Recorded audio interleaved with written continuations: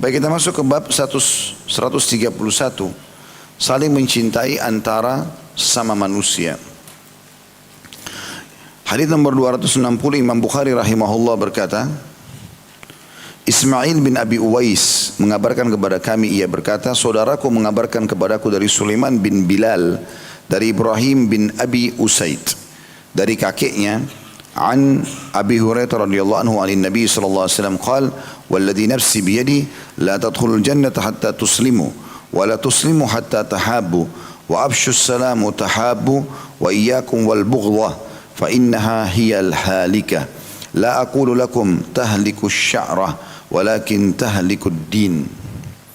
Dari Abu Hurairah radhiyallahu anhu bahwasanya Nabi sallallahu alaihi wasallam telah bersabda, demi Rabb yang jiwaku berada di tangannya, maksudnya demi Allah, N-nya besar kata ganti Allah, di tangannya, kalian tidak akan masuk surga hingga kalian masuk Islam, dan kalian tidak akan Islam hingga kalian saling mencintai. Sebarkanlah salam, niscaya kalian akan saling mencintai, dan hati-hatilah kalian terhadap kebencian, karena sungguhnya itu adalah menggunduli. Aku tidak mengatakan kepada kalian itu menggunduli rambut, akan tetapi dia menggunduli agama. Kandungan hadis ini yang pertama adalah kaitan antara iman dengan cinta karena Allah. Kemudian maksudnya tidak akan dianggap seseorang itu beriman sampai dia mencintai karena Allah. Ya.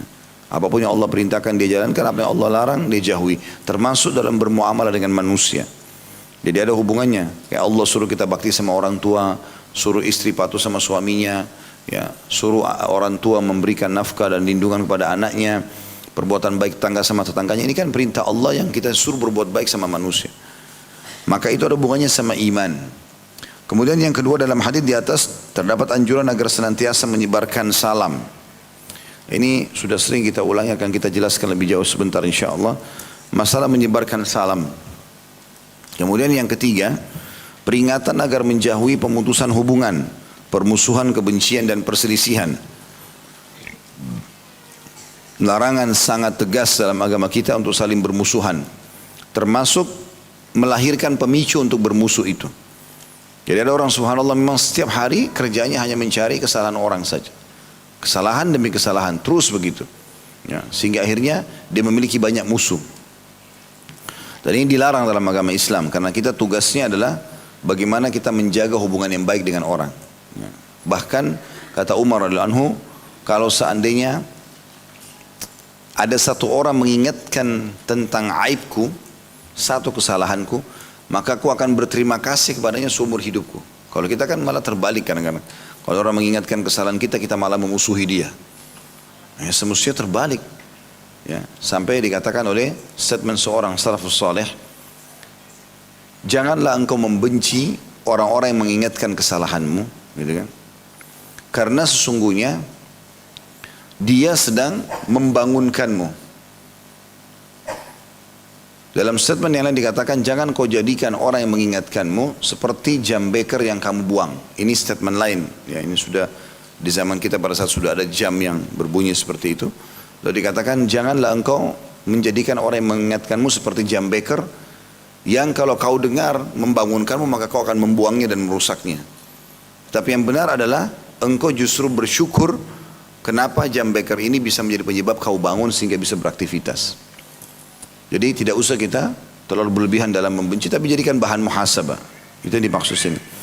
Kemudian juga yang keempat, rusaknya hubungan persahabatan merupakan bencana terhadap agama. Kapan seseorang sudah tidak punya teman, nggak punya sahabat, karena semua orang musuhnya dia, gitu kan?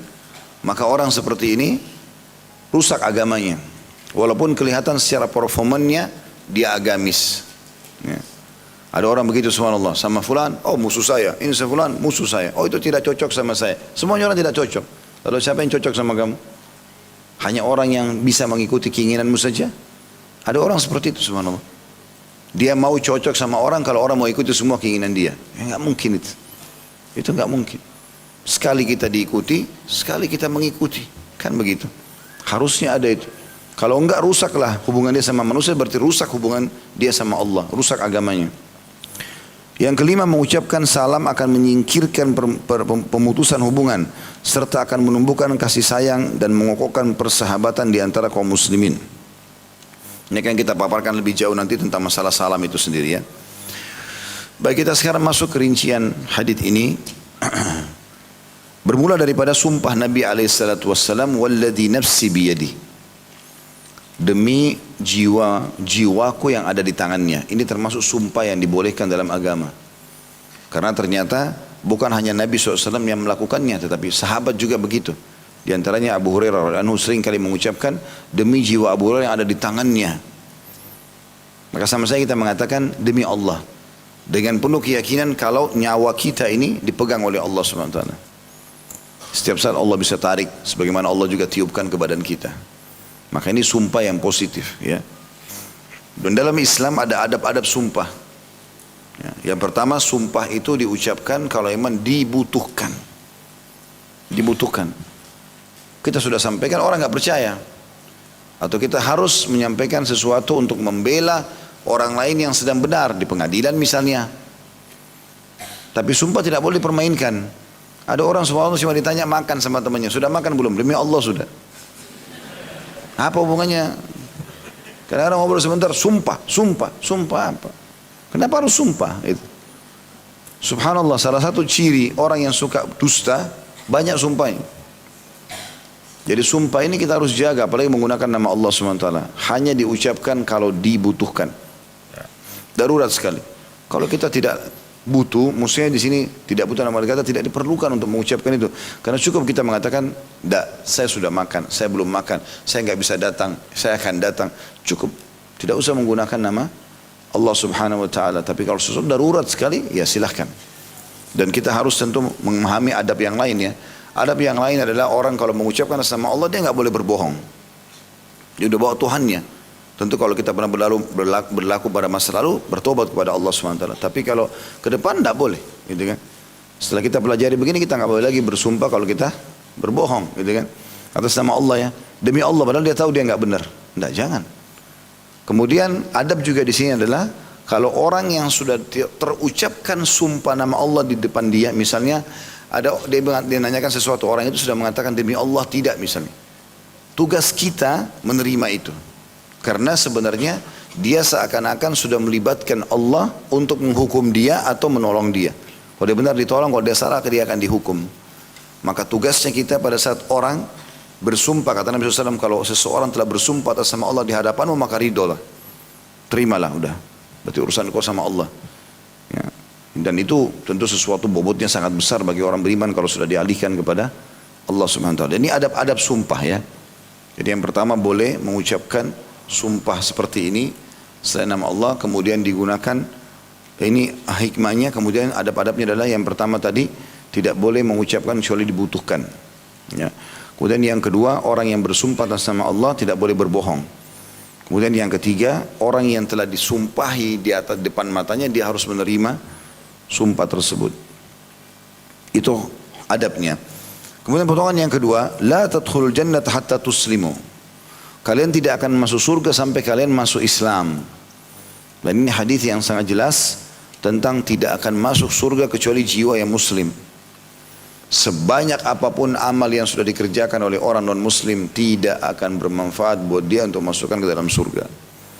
Ya, seperti statement yang banyak disebarkan sekarang itu ya. Ya, semua agama kan sama. Apa-apa semua masuk surga. Enak bener. Ya. Enak bener itu. Kita pilih aja agama yang paling ringan. Paling enak Nasrani yang nyanyi seminggu sekali masuk surga. Tidak datang pun tidak apa-apa. Gitu kan? Ada bahkan setahun sekali Natalan saja. Enak benar itu. Tidak usah repot-repot, banyak hukum halal haramnya Islam gitu kan. Sementara Allah SWT mengatakan laqad kafara alladziina qalu innallaha tsalitsu tsalatsa dalam surah Al-Maidah. Telah kafir orang yang mengatakan trinitas. Allah mengatakan itu kafir.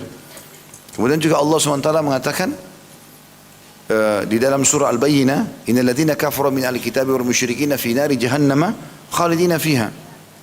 Sesungguhnya telah kafir kata Allah ahli kitab itu Yahudi Nasrani dan orang-orang musyrik, dan mereka akan kekal dalam api neraka kalau mereka tetap meninggal dalam keyakinan itu. Juga sabda Nabi SAW, tidak ada seorang pun dari Yahudi, Nasrani, disebutkan rinciannya ini, agama-agama mereka, Majusi, penyembah api, yang mendengarkan aku diutus menjadi Nabi, dan mereka tidak beriman pada risalahku, dan mereka meninggal dalam keyakinan tersebut, sampai meninggal dalam keadaan agama, tidak menganut agama Nabi SAW, kecuali masuk neraka. Jadi jelas, gitu kan, dalam agama kita. Ini tidak usah khawatir, oh nanti ini garis keras nih, ini ya, apalah istilahnya, banyak diistilahkan sekarang gitu kan. Dengan ini radikal karena gara-gara mengatakan orang kafir. Oh gimana caranya? Allah yang bilang, "Qul ya ayyuhal." Masa kita nggak mau mengucapkan, Allah bilang, katakanlah hai orang-orang kafir. Itu dari 1400 tahun yang lalu turun. Dan itu Nabi disuruh bilang kepada siapa? Orang Quraisy depan mata yang masih ada hubungan kerabat sama Nabi. Gara-gara mereka datang negosiasi sama Nabi SAW. Hai Muhammad, bagaimana kalau Mekah kita bagi dua? Gimana maksudmu bagi dua nih? Ya sehari kau ikut ibadah kami, sehari kami ikut ibadahmu. Sama-sama, saling dukung, toleransi. Kata Nabi SAW, nggak boleh. Baik kalau begitu, sepekan sehari buat kami, sepekan buat kamu. Nggak bisa. Baik, sehari buat kami, sebulan buat kamu. Nggak bisa. Sehari buat kami, setahun buat kamu. Nggak bisa. Muhammad terakhir nih. Sehari buat kami, seumur hidup buat kamu. Nggak bisa. Langsung Jibril turunkan, Qul ya ayyuhal kafirun. Katakan hai Muhammad kepada orang-orang kafir yang lagi nego sama kamu itu, untuk toleransi. La abudu ma ta'budun. Saya tidak akan pernah sembah apa yang kau sembah. Nggak ada ritualmu yang akan saya ikutin. Nggak mungkin. Wala antum abudun ma'bud. Nggak usah kalian juga ikut-ikut datang masjid kami, nggak usah. Nggak usah semuanya. Lakum dinukum waliyadin. Kalian punya agama, kalian punya agama. Selesai. Masalah agama lain. Oh nggak boleh pakai kata orang kafir. Aneh ini. Allah pencipta langit yang mengatakan begitu, baru datang di Indonesia sekarang ada orang bilang begitu. Nggak usah pakai kata orang kafir. Ini manusia lahir dari mana ini? Ngaku muslim lagi. La haula wala quwata illa billah. Jadi kita nggak mungkin mengubah itu, ya. Jadi syarat masuk surga muslim, selesai. Dan itu harus antum yakin, tidak boleh ragu. Salah satu hal yang tegang Ibnu Qayyim rahimahullah, bisa membatalkan keislaman seseorang kalau dia ragu tentang kekafiran orang kafir. Nggak boleh ragu, karena Allah yang bilang mereka kafir. Kadang kita mengatakan enggak loh Allah, mereka enggak kafir. Bagaimana caranya? Penciptanya mengatakan kafir, dan kafir artinya bukan muslim, selesai, gitu kan? Dan orang-orang kafir nggak tersinggung kita bilang mereka kafir, sebagaimana mereka bilang kita kafir. Mereka mengatakan kita kafir, gitu kan? Jadi istilah kafir selain orang yang beriman menurut mereka, kan gitu. Tidak ada sesuatu yang ada di situ. Jadi nggak usah ngorek-ngorek masalah yang baru kepada umat Islam ini. Kita udah faham itu, nggak usah masuk ke bumbu yang sudah kita tahu, gitu kan? Supaya dikacaukan masakan kita, nggak bisa. Kita sudah tahu semuanya itu. Tapi banyak orang yang bodoh, subhanallah. Baik. Kemudian kata Nabi SAW, jadi ini kunci tidak boleh masuk surga kecuali muslim. Kemudian dikatakan, wala tuslimu hatta tahabu. Dan kalian tidak akan sempurna Islam kalian sampai kalian saling mencintai. Ya. Di sini makna mencintai adalah dua. Makna yang khusus adalah mencintai sama muslim. Makna yang umum, mencintai semua makhluknya Allah. Tapi di sini khusus hadis ini tentunya makna yang pertama lebih tepat, karena ada hadis yang serupa dengan ini tapi menggunakan kalimat tu'minu. La tadkhulul jannata hatta tu'minu. Kalian tidak akan masuk surga sampai kalian sampai kalian beriman. Wala tu'minu hatta tahabbu. Kalian tidak akan sempurna imannya sampai kalian saling mencintai. Seperti itulah, ya. Jadi maknanya sebenarnya adalah mencintai sesama muslim secara khusus, ya. Tapi Imam Bukhari rahimahullah memasukkan di sini yang umum, yaitu seperti judulnya, ya, saling mencintai antara sama manusia. Berarti mencintai di sini dalam arti kata adalah umum, gitu kan? Tapi makna di sini ulama tekankan hadis ini terkhususkan kepada muslim, karena potongan pertama hadis dikatakan kalian tidak akan masuk surga sampai kalian muslim. Berarti perintah di sini, dan kalian tidak akan sempurna Islamnya sampai kalian saling mencintai, maknanya mencintai sama muslim. Ya. Dan tentu cinta maknanya pengorbanan dan loyalitas. Itu bernamanya cinta. Kalau ada suami istri bilang, iya saya cintai kamu, tapi begitu pasangannya sakit ditinggal, begitu miskin ditinggal, dusta semua, palsu. Tapi orang kalau suka duka bersama, itu luar biasa. Saya pernah lihat sedikit cuplikan kecil, ada sepasang suami istri di Mesir. Itu suaminya setelah berapa tahun menikah, punya anak mungkin 2-3, rupanya kena penyakit apa gitu, lumpuh total. Tapi masih bisa ngomong segala macam. Itu subhanallah digendong sama istrinya. Istrinya yang menggendong dia, istri memang badannya agak besar, digendong terus diwawancara. Sebuah heboh karena dari rumahnya selalu jalan ke pasar, jalan kemana. Jadi istri itu menggendong seperti anak kecil, badan suaminya mengecil gitu kan. Tapi berinteraksi gitu. Terus ditanya, diwawancarai di situ. Dia bilang, bagaimana anda melalui masa-masa hidup begini? Kata istrinya, inilah pernikahan. Ya saya harus melalui suka duka bersama suami saya. Tidak mungkin pada saat dia sedang sehat saya bersama, lalu sekarang dia sakit saya tinggalkan.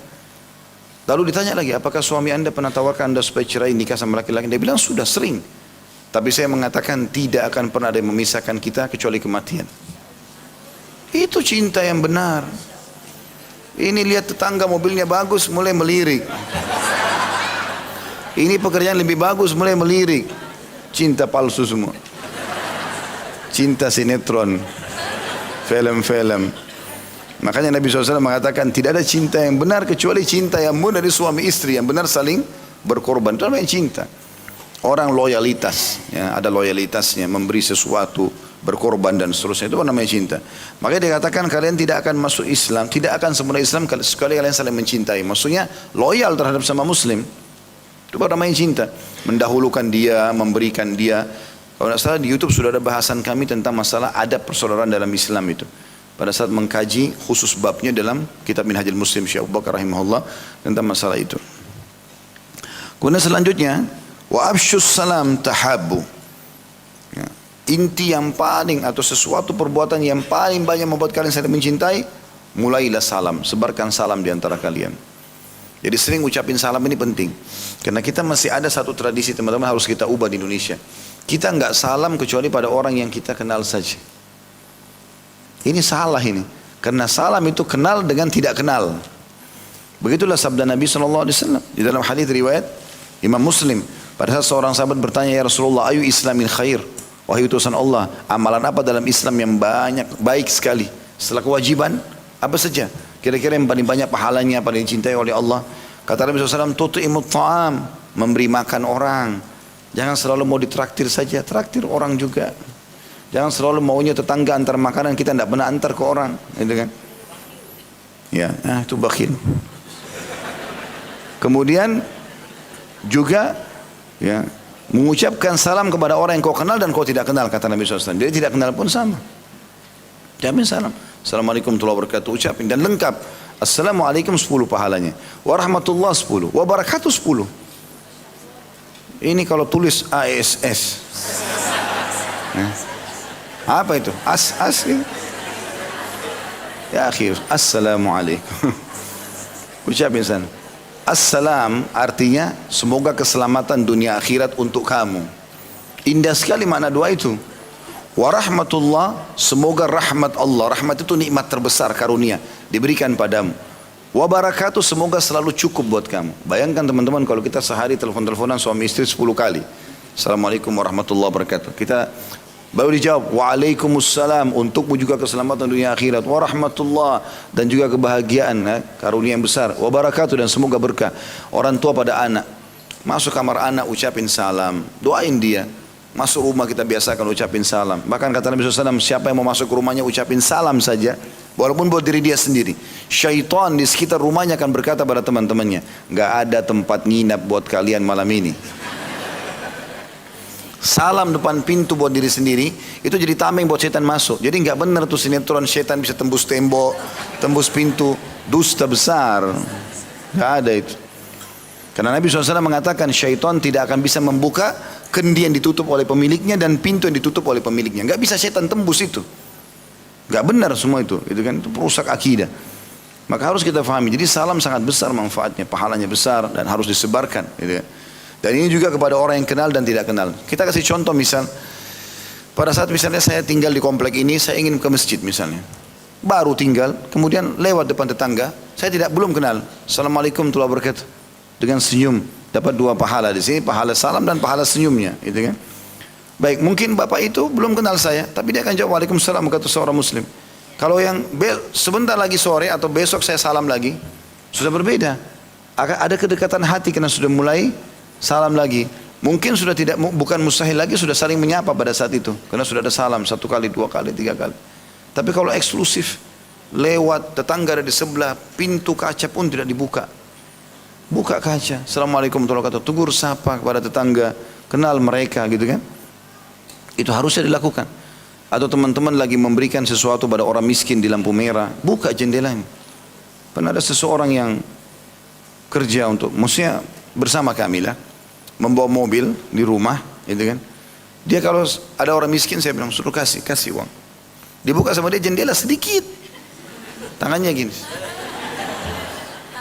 Ya akhi, buka jendela, buka. Berhenti dulu, buka jendela. Kasih orang itu uang, senyum sama dia, lihat mukanya. Gimana caranya tuh? Luar biasa. Belum jadi orang kaya sudah begini gimana? Bagaimana kalau jadi orang kaya? Orang miskin itu subhanallah kalau kita kasih dan kita sambil lihat ke mukanya, kasih ke tangannya, gembiranya luar biasa gitu. Saya pernah berjalan sama seorang teman saya, kebetulan namanya dia Khalid juga, tapi orang Saudi, orang Madinah. Kami bersahabat, beliau asli orang Madinah. Satu waktu saya ada urusan di kantor kampus waktu itu di Madinah, sama-sama menuju ke fakultas kami. Pas jalan lagi ngobrol-ngobrol berdua, rupanya ada mobil sampah. Saya betul-betul ambil pelajaran subhanallah, mobil saya nggak pernah berpikir itu. Dia hanya melakukan, ada mobil sampah dan sampahnya lagi banyak numpuk. Di situ ada orang Bangladesh, saudara kita orang Muslim dari sana. Itu bajunya kotor, saking capeknya tidur di atas sampah itu. Di dalam mobil sampah. Itu pas kami sudah mau masuk ke materi kuliah gitu kan. Terus dia berhenti, dia bilang sebentar Khalid, sebentar. Ya, berhenti, saya pikir dia mau apa. Dia masuk itu lalu dia tegur, Assalamualaikum, Assalamualaikum, dipanggil sama dia. Sampai bangun orang itu. Itu dalam kondisi orang itu penuh dengan sampah badannya, bajunya kotor, tangannya kotor. Salaman, dia salaman sama dia. Dia salaman sama dia. Setelah dia salaman, jalan. Terus dia tidak bicara apa-apa, cuma saya ambil pelajaran subhanallah. Apa maksudnya orang ini? Paling tidak kalau kita bersangka baik adalah orang ini pasti ingin menghilangkan sifat sombongnya dengan salaman begitu. Masukkan kegembiraan dalam hati seorang muslim. Dan itu satu hal yang positif. Saya juga ambil pelajaran, ternyata sangat menggembirakan bagi orang-orang yang susah tuh kalau kita bukan cuma sekedar kasih ya. Karena salah satu yang membatalkan sedekah kita teman-teman kalau diikuti dengan man wal adha. Dengan ucapan kalimat yang tidak baik dan juga ketidaksopan. Misal ada orang minta lempar ke dia, ini ambil. Nggak boleh. Karena sebenarnya kalau kita sedekah, secara materi dia dapat keuntungan, secara pahala kita dapat keuntungan. Makanya para salafus saleh itu kalau sedang ada orang miskin bawa sedekahnya, pada saat bubar mereka mengatakan, sungguh orang-orang ini pergi membawa pahala-pahalaku, sedekahku ketimbangan amal tanpa diupah sedikit pun. Karena dia pakai beli roti, pakai beli makanan selesai. Tapi kita nilainya itu akan ada di hari kiamat. Tanpa mereka dari mana kita bisa dapat pahala sedekah? Harus berpikiran begitu. Makanya sebagian salaf mengatakan, siapa yang tidak menganggap dirinya lebih butuh daripada penerima sedekah itu, maka dia telah menghancurkan sedekahnya. Mesti kita merasa kita lebih butuh daripada orang miskin itu. Seperti itulah. Ya. Itu yang dimaksud dalam poin ini. Jadi sebarkan salam kepada orang kenal dan tidak dikenal. Jangan eksklusif. Kemudian wa iyyakum wal bughdha. Jangan, hati-hatilah kalian dari permusuhan, perselisihan. Ini yang saya pernah bahasakan teman-teman. Menuju ke akhirat, bawa 2 hal, jangan bawa 2 hal. Bawa ke akhirat itu amal soleh dan teman soleh. Mulai hari ini, detik ini amal soleh saja. Dari amal baik ke amal baik. Begitu juga dengan teman-teman yang baik. Teman-teman yang lebih baik secara keimanan dan ilmu daripada kita. Itu jadi sahabat kita sehingga mereka bisa menolong kita hari kiamat. Sebagaimana sabda Nabi SAW, nanti akan datang orang-orang mukmin di hari kiamat. Kemudian dia masuk surga sambil mengatakan, ya Allah, sahabatku fulan pernah ikut sholat bersama kami, pernah begini dan begitu. Walaupun amalnya kurang, maka Allah pun menyuruh si orang ahli surga ini untuk menjemputnya di neraka, dikeluarkan temannya itu. Karena hanya kenal saja. Majlis orang-orang yang baik, itu kata Nabi SAW, Allah SWT berfirman pada saat itu, ya kalau ada orang berduduk dalam majlis kemudian berkumpul, Allah mengampuni mereka. Lalu malaikat mengatakan, ya Allah, ada fulan, bukan dari mereka, kebetulan mampir saja. Maka kata Allah SWT, mereka adalah kaum yang tidak akan mengharamkan orang lain. Makna hadisnya, tidak akan terharamkan orang lain untuk mendapatkan manfaat yang sama hanya karena bergabung saja. Manfaatnya besar sekali, gitu kan? Dan kata Nabi SAW, perumpamaan majelis yang baik, teman-teman yang baik, seperti penjual minyak wangi. Kalau kau hanya lewat, minimal kau cium baunya. Kalau kau mampir, bisa kau diberikan hadiah atau kau membeli minyak wanginya. Perumpamaan majelis yang buruk, dan ini dua hal yang tidak boleh dibawa di akhirat, ya, adalah musuh dan juga dosa. Majelis yang buruk ini teman-teman seperti kata Nabi SAW, nafikhul kir, peniup arang. Ya. Kalau kau lewat tercium bau busuk, bau tidak sedap. Kalau kau tinggal maka baju bisa terbakar. Jadi jangan pernah siapin musuh. Nah musuh ini artinya sengaja mengorek-ngorek kesalahan orang. Makin kita tidak tahu teman-teman, makin bersyukur kepada Allah. Jangan tahu sudah, nggak perlu tahu. Nggak usah tahu. Ya. Kalau kita tidak tahu tentang orang bagus. Ya. Kalau ada teman-teman begitu telepon sudah tahu belum? Tidak, belum tahu. Saya tidak mau tahu. Apalagi kalau sudah gosipin orang. Nggak usah saya tahu. Begitulah yang Nabi SAW contohkan. Ini baru buka WA pagi-pagi sudah tahu belum? Ya. Telepon sudah tahu belum? Tahu belum? Gosipin orang nomor satu. Pertama. Dulu itu berita gosip cuma seminggu sekali mungkin. Sekarang setiap hari. Sekarang hot news. Luar biasa. Setiap berapa hari sekali berita terbaru. Berita terbaru. Dan seringkali masalahnya orang. Gosipin orang. Gitu kan. Waktu Nabi SAW ditanya, apa itu ghibah? Dosa besar, gunjing. Kata sahabat dari Allah dan Rasul lebih tahu, kata mereka. Kata Nabi SAW, engkau menyebutkan sesuatu yang tidak disukai oleh saudaramu. Walaupun benar ada padanya. Kenapa? Sahabat mengatakannya Rasulullah, bagaimana kalau yang saya ceritain ada padanya? Memang ada dasarnya aib itu. Dia bilang, kalau ada kau telah menggibahnya. Kalau tidak ada maka engkau telah menzaliminya. Atau membuat fitnah gitu. Jadi harus hati-hati nih teman-teman. Tidak boleh ada permusuhan. Orang musuhi kita biarin. Yang penting jangan kita musuhi orang. Karena pasti ada saja orang yang musuh sama kita ya. Terutama orang-orang yang memang tidak sejalan. Itu umumnya begitu. Yang penting kita sudah jujur, kita sudah baik, kita sudah menjadi orang yang baik, patuh kepada Allah. Kalau orang yang tidak suka berarti orang bertentangan sama kita. Karena orang yang baik pasti akan sejalan dengan kita. Karena Nabi SAW mengatakan al-arwahu junudun mujannadah. Jiwa itu, ruh itu seperti pasukan yang saling bersatu. Mana yang sejalan, sama-sama beriman, sama-sama fasik atau kafir, itu akan sejalan. Mereka akan nyaman bersama-sama. Dan mana yang tidak sejalan maka akan terpisah. Jadi yang orang, kalau kita sudah baik ada orang tidak suka, berarti tanda tanya orang itu. Ya, kita sudah tahu tolak ukurnya. Tentu baik ini kita sportif menilai diri kita benar atau tidak. Kita sudah baik nggak di pandangan agama. Fa innaha hiyal halika. Karena ketahuilah permusuhan itu adalah pembinasaan sebenarnya. Maknanya pembinasaan. Tapi sini kalau terjemahan letternya adalah ya, dibahasakan di sini penggundulan. Ya. Maksudnya penggundulan sini adalah akan habis banyak hal dari kamu. Lalu Nabi SAW jelaskan, sesungguhnya bukan menggundul kepala yang saya maksudkan. Maksudnya bukan merontokkan rambutmu permusuhan itu, tetapi dia akan menghancurkan dan menggunduli agama. Dia akan habis imanmu. Tertinggal performanya saja. Cuma ada jenggotnya, cuma ada jilbabnya, cuma ada segala macam, cuma performance saja. Tapi tidak ada Islam dalam dirinya. Itu akan hilang hanya karena melahirkan permusuhan-permusuhan. Dan ini saya perlu ingatkan teman-teman sekalian ya. Karena di majelis ilmu, saya lihat sudah banyak orang yang masuk majelis ilmu, tapi muncul dua penyakit besar. Ini bahaya sekali. Yang pertama, suka gosipin orang. Padahal itu ghibah. Di majelis ilmu datang, cari aibnya orang. Dan pada saat dia pakai jilbab besar, dia pakai kopiah, cerita tentang temannya, orang berpikir ini orang agamis. Dianggaplah itu ghibah benar. Enggak benar. Menyebutkan aib yang ada pada orang lain ghibah, dosa besar. Mau di majelis ilmu atau di luar majelis ilmu. Tapi penuntut ilmu harus lebih jauh dari ini. Enggak boleh ini teman-teman. Ya. Yang kedua suka nyari-nyari kesalahan orang. Begitu dia masuk di pengajian, mulai lirik kiri kanan, cari siapa yang punya kekurangan. Atau dia keluar dari majelis, mulai dia kenal pakaian-pakaian syar'i, keluar, begitu ketemu orang di luar dilihat dari rambut sampai kaki. Sama enggak dengan dia? Kalau enggak berarti bukan golongan kita. Dari mana ini? Di zaman Nabi SAW banyak sahabat yang baru masuk Islam tidak faham agama. Lalu dirangkul oleh sahabat Nabi yang lain, bukan dimusuhi. Ini kenapa jadi penyakit di majelis ilmu ini? Harus mencari-cari kesalahan orang. Bahkan sampai pada tingkat sudah mencari kesalahan gurunya. Ini gurunya salah apa ini? Oh ini salah, ini begini. Cari aib. Ini kenapa ini? Ini merusak agama kita. Jadi nanti tinggal performance saja. Udah nggak ada lagi masalah agama itu. Sayang. Saya menuntut ilmu harus lebih baik, lebih lunak, lebih segala macam. Ingat, kalau saya pribadi ya, Saya menjadikan orang yang masih belum faham agama depan saya adalah target pasar saya. Bagaimana saya meraih pahala dari dia. Karena kalau semua orang sudah baik, kita mau dapat pahala dari siapa? Tapi ada orang tidak. Begitu dia lihat orang salah, dimusuhi, dijauhi. Salah ini, keliru. Gitu kan? Nasihat, diberikan masukan. Supaya mereka menyadari masalah itu. Allahu a'lam. Baik, karena sudah menjelang jam 11 teman-teman sekalian.